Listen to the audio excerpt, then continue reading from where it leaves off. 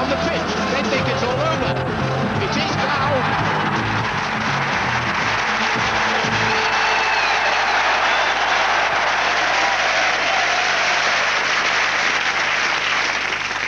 Hello and welcome to They Think It's All Over, the follically obsessed sports quiz. Our teams, as always, are David Gower and Lee Hurst, opposed by Gary Lineker and Rory McGrath. With David this week, the Embassy World Championship, the UK Championship, the Benson and Hedges Masters. Stephen Hendry's thrashed him in all of them. Steve Davis.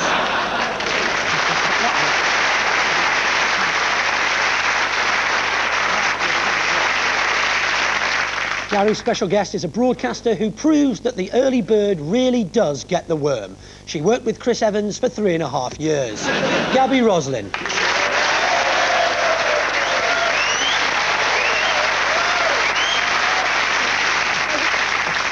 We begin with our celebrations round. We show each team a post-goal celebration and then request an explanation. David, Lee and Steve, your celebration comes from the opening game of 1993 when Coventry City went to Arsenal and came away with an hilarious 3-0 win. Well, Mickey Quinn likes to blast them, and that's exactly what he's done. David Seaman went the right way. The power beat him. Coventry have scored. Mickey Quinn the man. Chunky, isn't he? Mickey Quinn? Yeah, he's right fat git. Have you got something against sort of slightly overweight people? No, I just think it's sort of, you know, from the point of view of taking the penalty, I suppose the sort of, you know, the extra weight helps. I don't know. It's true, it's scientifically proven that he used to take, if he missed the ball, he would take the whole stadium out. It don't matter in your sport, though, does it? Fat blokes. In snooker, it don't really affect it unless you're in the crowd trying to watch, you know? Don't go along to any snooker tournaments yourself if you're thinking about it. Why? Well, the thought of you and Willie Thorne in the front row could be a plant into the top corner pocket. How many hours a day do you practice, Steve? I play a lot. I practice about sort of 6 or 7 hours a day. And you still get beat? That's quite tough. I'd cut down on that playing, right, you know, and have a bit of a social life, mate. That's why. Because, like, if you don't practice, you stand up, still get your arse kicked and go out for the evening, couldn't you? But anyway... So what do you think the celebrations were about, then? Well, hey, that's my job, shut it. Well, he's doing this sort of, like, chicken thing. Well, it looks a little bit like a river dance, but only with a very slow river. Right. So, I know exactly what you mean, but so it's not right. I'll give you the points for chicken, I suppose. It's chicken. It was rather obvious. Can we have another... So we're halfway there? Or are you giving us the whole points? All of the points, yeah. So we can't have any more than all of them. Just to prove that you were right, here is Mick Quinn himself, still being marked by Tony Adams, with the inside story. Yeah, it was funny, really, because John Williams and I went to a fancy dress party prior to the close season, and it was a 70s theme. Well, we dressed up in our stacked heels, flares, and Big Willow wore an afro, and halfway through the evening, the Funky Chicken came on. Curiously, Quinn's after-celebration dancing partner there, John Williams, told us a different story. According to him, they were doing the Funky Chicken because the club had put Quinn on a chicken diet to try and reduce his substantial waistline. Quinn's reaction to that? Never been on a diet in my life.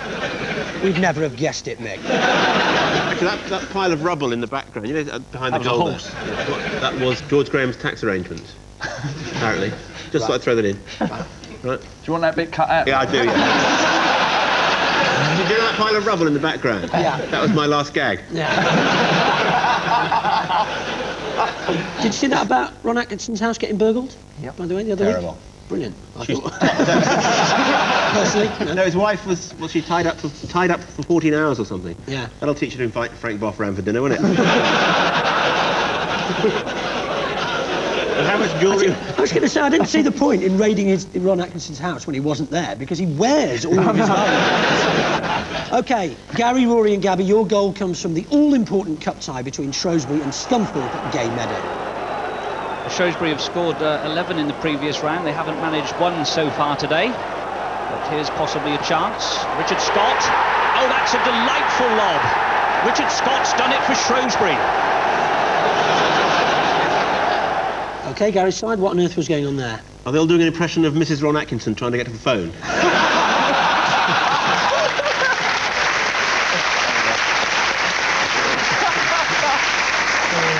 Yes, that's correct, 3 points.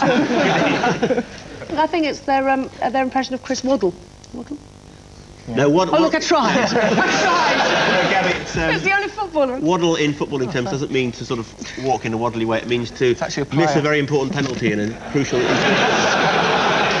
waddle. Oh, there's 3 footballers, and that's 1, 2. Who's the third? Ginola. Do that face again, Gabby. No, that was just once. You have to say the name again. Ginola. What? Let's try this one. Lineker. No.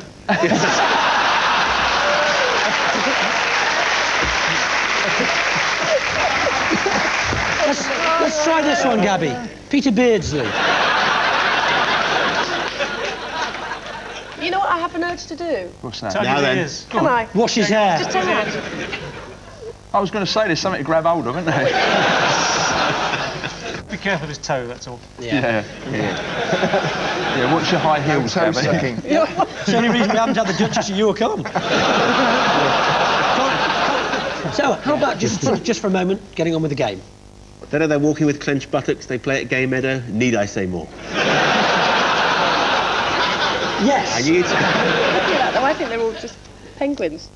You think they actually are penguins? No, I don't think she Their meant to say that. impression of penguins. There's a penguin theme. There's a difference Nick. between not knowing about sport and saying something just Penguin. really stupid. No, just see what you see, isn't it? Say what You're you saying see. it's a sort of penguin thing. No, I think- 3 points to Gabby, absolutely correct. Well done. Fair enough. Yeah, let's see what the scorer Richard Scott has to say for himself. But the reason behind it was because he'd seen my photo in the local paper where I'd just sorted out a boot deal, and there was a big photo of me wearing a pair of boots which made them look about a size 20 on me. So I got a bit of stick, and they was calling me penguin and penguin feet or whatever. So I thought this would be the ideal time to have a little walk. Oh. Yeah. Famously at Shrewsbury, whenever the ball is kicked out of the ground, it's fetched by a man in a little boat, which is fine when it lands in the river, but it's a bit of a bugger when it lands on the bypass. So the scores at the end of that round are David's team with 3 and Gary's team with 3. We're back on the retake quickly.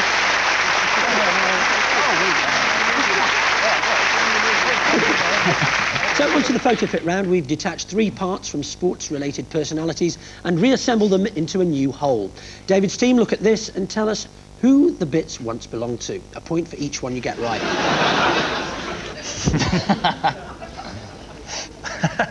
Do you recognise those ears? They're not Gary's. Right. You sure? Definitely. Excuse me. Sorry. If I just do that. If you did that all show, it'd be a lot funnier. No, that's different. I reckon. Is it Ronnie O'Sullivan, that hair? 1 guess down, 2 to go, no points. Oh, no! That's Prince Charles, isn't it? Yeah, Prince Charles, or Small Ears, as he's known to Gary Lineker. He's also the only sports person who, when he goes up to do the toss, shouts, "Mummy." I reckon. Would you Well, reckon Des Lynam? I think it's Des Lynam. Des Lynam.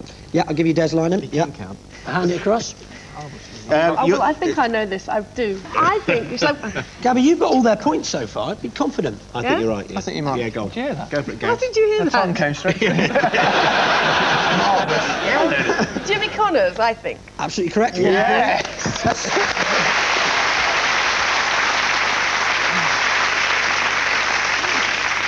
Jimmy Connors in the days when his girlfriend put a pudding bowl round his head before cutting his hair.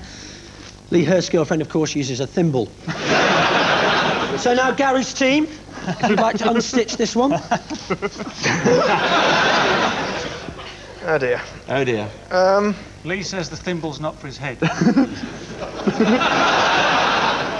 Is it the person that Lee Hurst beat in the final audition to replace the Andrex puppy? It's a sniffer dog on the way back from the Arsenal changing room.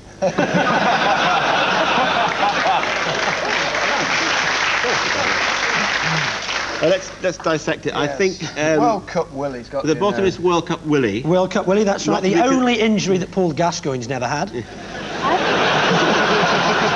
I think there's a dog in there somewhere. No problem.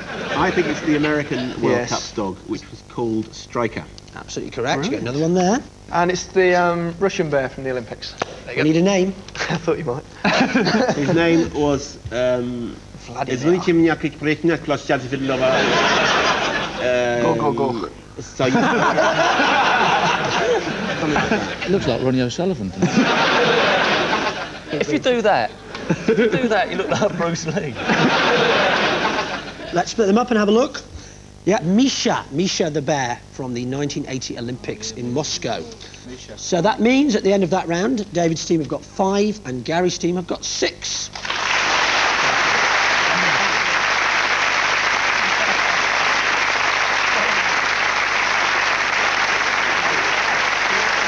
It's half-time now, and while we all schooled our tongues on Bovril, it's time to sit back and watch the teams give their all for no points at all.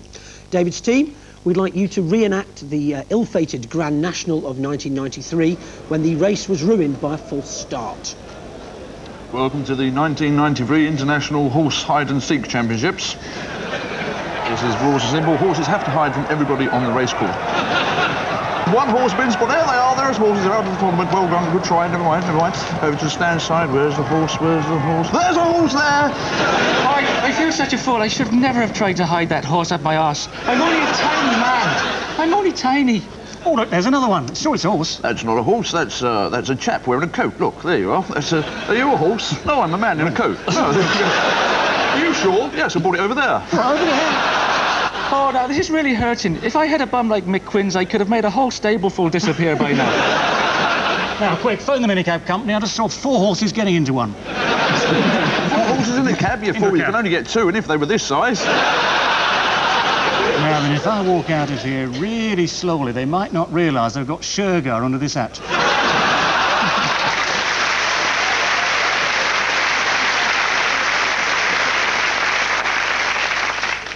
After a lengthy inquiry, that year's fiasco was blamed on the flagman, Ken Evans. He was later led away to be boiled down for glue. Gary's team now, we take you to a Newcastle supermarket where those Liverpool heroes Kevin Keegan and his assistant Terry McDermott are taking part in a supermarket sweep. Come on, Macca, give us an hand, mate. Come on. I normally do this when the shop's shut. Come on, Macca. Arsenal have robbed 5 trolleys already. Hey, Kev, why are you talking in a Scouse accent? I don't know, it comes with a shell suit. Let's get one of those things that gets stuffed and disappears at Christmas. What, you mean Middlesbrough? Ding dong. Will Mr. Kevin Keegan please go to the hairdressers as soon as possible? Hey, Kev, there's lots of expensive foreign crap here. I know, I signed most of it. Get some bog rolls, Kev. Lee Hurst needs the money. Get a move on, Macca. I've got Dale Winton up my backside.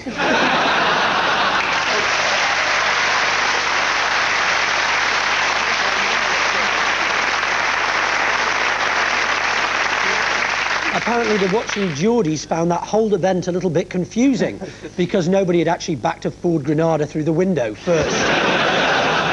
So, it's back to the quiz now and our author round, in which the teams have to identify sportsmen from their words alone, as written in their autobiographies. David's team, can you work out who wrote this? The only thing I can remember about the match is Bill splitting his trousers when he was playing David and we were leading 6-4. What was worse, Bill doesn't wear any underwear. Normally, he has a very wide stance, but when he was shooting a blue into the middle pocket, I could see he was standing with his feet all wrong, trying to squeeze his cheeks together. Bill Werbenick, big, fat Bill Werbenick. I think it was down to the amount of alcohol he used to drink during the matches and in practice, up to about 24 pints of lager per session, per match, possibly. What was the story behind the lager? Well, quite seriously, he said he had a hereditary nervous complaint that the doctor had diagnosed. It was either beta blockers or alcohol at a steady intake, and he decided on both. So he drank 24 pints of lager to make his hands stop shaking? Yes. But his legs gave way. How did he carry them from the bar? His legs. That's the sort of doctor my dad would like, you know what I mean? Oh, I've got a cold. You want 10 pints of lager? He went back to Canada because we introduced drug testing into snooker. God knows why, but we did. And he couldn't take beta blockers, and that's a serious story. Really? That's very interesting. Very interesting. Leave it. There's not many people know that. Steve, you know when you're playing snooker, right, and you're like, you know, like the other geezer, he's a bit ahead. What, and I lose? No, perhaps you might make a surge in recovery. Yeah? Highly unlikely, but let's carry on. So you're sitting there, right, and the other bloke is playing, and he's like scoring loads of points, and you're sitting there, and you're sort of tempted, if he's playing a shot straight down towards you, so the camera's behind him and they can't see you, to sit there and go... you know, put him off a bit, do you know what I mean? And if anybody says anything, you say, no, it's chalk. Chalk, mate, that's all. You can do that. Poor Steve, he's sitting there, right, he's taking a beating, and there's nothing, you just got to take the punishment, haven't you? You can't hide, no, and, well, why would you want to? It's quite funny if you did, wouldn't it? If you'd hidden, like they could say, Stephen Hendry, break of 35. Perhaps that's what Bill did in the end. The book was written by Cliff Thorburn. Is the correct answer? Is that the only copy? Bill Werbeneck, incidentally, is a Canadian so fat that his left buttock is in a different time zone from his other one. Picture of Bill. Thanks very much, Steve. Trying to be helpful. As Steve has proved, no one actually knows what happened to Werbeneck or his underpants, but there was a curious incident in that year's round-the-world yacht race when one of the boats had a sail with a rather suspicious skid mark. So, Gary, Rory and Gabby, whose words of wisdom of these? I wait, and my patience is rewarded. Further down the list is a girl I can afford. She's quite good-looking, too. One leg is a bit wonky, but I don't mind that. When I get her home, I may be able to sort that out. I put in my bid, and a sale is made. It's the same with horses. So which little charmer was that, do we think? Captain Mark Phillips. No? Hugh Grant. You know Hugh Grant then, Gabby? Gabby? Call me Garby. Sorry, I love you, Gabby. That's why I came here today, just to hear that. Would you consider going out with an alien? Is it How I Met Jane Torville by Christopher Dean?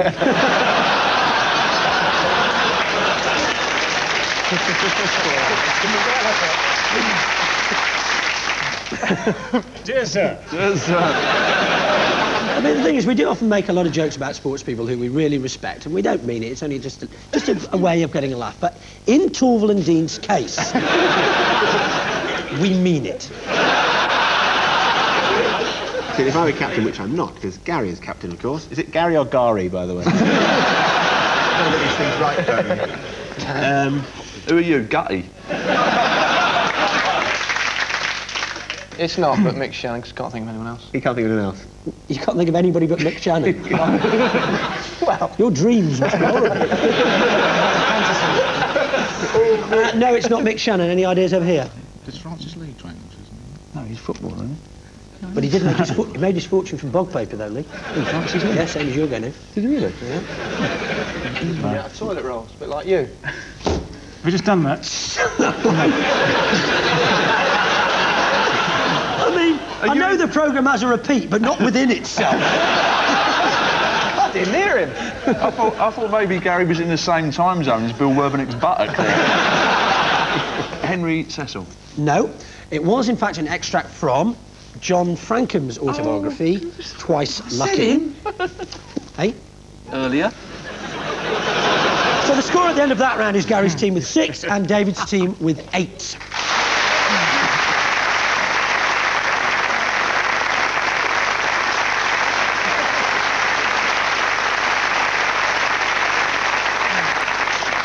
In our next round, the teams have a chance to molest a stranger without fear of arrest. David and Lee, you're first, if you'd like to come round to the front. Their task is to identify a sporting personality.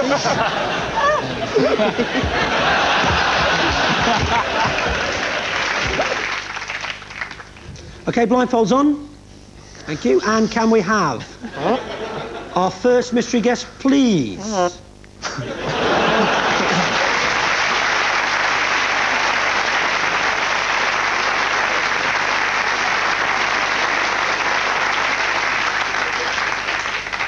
OK, your 90 seconds start now.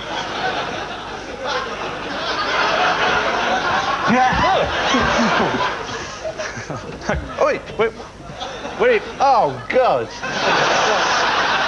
Is it Rory McGraw?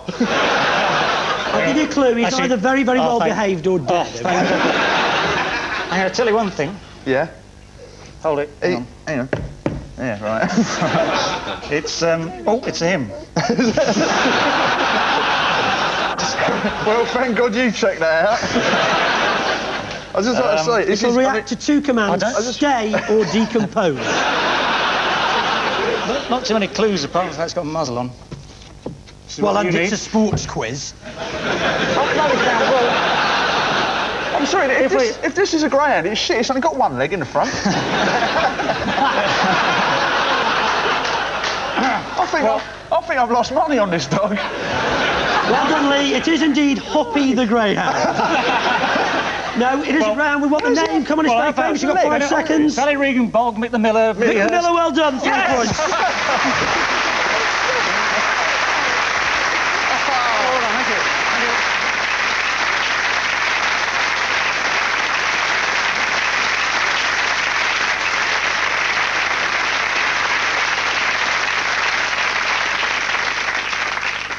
Why did you put a muzzle on a dead dog? I mean, that is like... To stop Rory kissing it. OK. Brilliant. Rory and Gary, if you'd like to go to the front. Sorry. You've got a live pit bull. It's called Rory McGrath. OK, of course you can. Oh, hang on. OK, can we have our next mystery guest, please?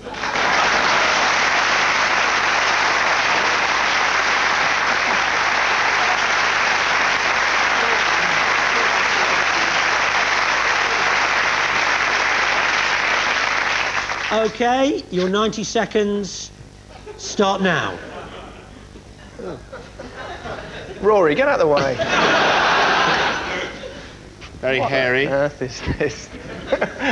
Is it one of Eric Cantona's eyebrows? Oh, hang on. It's got a muzzle on. It's not a big greyhound. Let's have a look round the back. The only thing I can tell you is the bloke inside used to be in Castles. Huh? It's some sort of mascot, isn't it? Yes. You think Well done. Is it Striker? Striker? Striker is the correct answer, well done.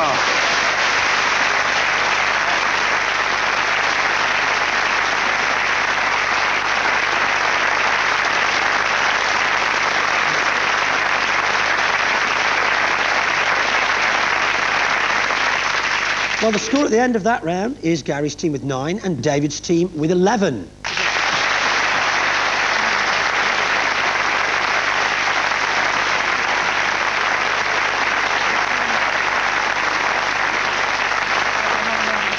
And it's time now for the decisive name game round. Our resident comedians give clues to the identities of a list of sportsmen and women, while their teammates have 90 seconds to guess as many names as they can. Remember, no rhyming and no passing. The winning team goes first, which at the moment is David's team. I'm used to that. Yeah, you pass that down to Lee, please, Steve. Thank you. And your 90 seconds start now. Wrestler, fat bloke, my dad. Big Daddy. Correct. Boxer, Lisp, but not Eubank. Not Eubank. Yeah, the other Tyson. one. No, the other one. There's 3? Yeah. Middleweight, super middleweight. Nigel Benn. Correct. Oh, thank you. Scouse footballer. His second name is really quick, and he plays. You know, he's got a tash, and he scores Rush, a lot. but Ian Rush. Correct. Snooker player. He probably beat you at some point. Dracula. Doug, Ray Reardon. The person who made up the rules of boxing, not Don King. Correct. Our heavyweight boxer, he used to be a Canadian, Frank now he's Bruno. British again. Lennox Lewis. Correct. Oh, God almighty. I think it's a small town in Wales. I'm not sure.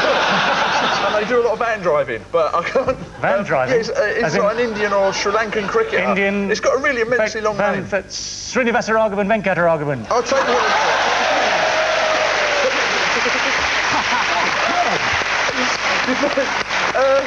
it's a Brazilian footballer, you phone him up to get the time. 1, 2, 3. No! Tim. Correct, yes. Tim Oh, what? God, what I need right now. He's another Indian cricketer, and he's very relaxed and chilled out sort of bloke. Relaxed, chilled, yeah. What you take to stop yourself having a poos? What's that stuff? You take a... Krishnan. Very good.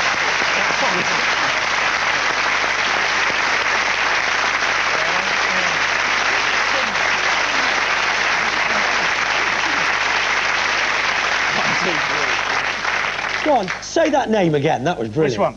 Srinivasaraghavan Venkataraghvan. That's brilliant. That's actually longer than some of your innings. On the second innings, then? Yeah, go on, then. Laxman Sivaramakrishnan. Yeah, don't get too excited about it. It's only reading out loud. Gary's team. Oh, no. OK. Rory, 90 seconds. You need at least 10. Start now. Tennis player, Cliff Richard. Was it in, was it out? Sue Barker. Correct. French Kung Fu expert, Manchester United. Bruce Lee. No. Eric Cantona. Show jumper, grows on bread, green. Lucinda Green. No, it grows on bread when it goes off. Mould. Marion Mould. Marion Mould, yeah. Golfer, great white shark. He was... Greg Norman. Great, yeah. Spanish for white, rugby union Blanco. player. Serge Blanco. Serge Blanco, very good. Same Christian name as Flintstone. Fred. He's a racehorse trainer. You are wonderful. You're wonderful. Darling. Fred Darling. American golfer, when you mix water with soil, you get, you know... Heat. No, you don't. You know, mud. Golfer. Oh, yeah. Women's golfer. Jodie Mudd. Darling, you were... Wonderful. Tonight. Darling, you were... Marvellous. No. Terrific. Terrific. Wonderful, terrific, monster. Correct. I'll give you that. I'll give you that. What? We can't do rhymes, can we? No. Because I can't rhyme John Ngugi. American woman golfer who's recently come out of the closet, which is interesting because her first name is... something the Mule. Do you know the something, Matt? Yeah? Muffin. Muffin. Muffin. Pay attention! Muffin, Marks and... Yeah, Muffin Spencer.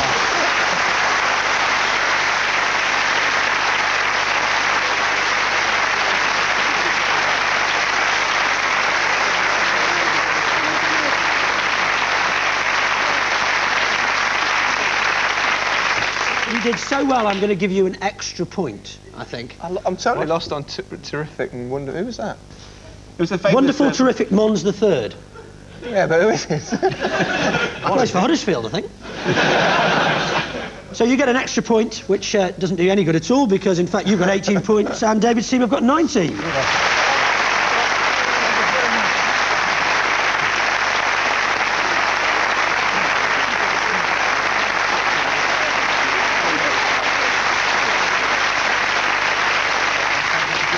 And our thanks to David Gower, Lee Hurst and Steve Davis, and Gary Lineker, Rory McGrath and Gabby Roslin. We're all off to slap in a shock transfer request to the shopping channel. My name's Nick Hancock. They think it's all over. It is now.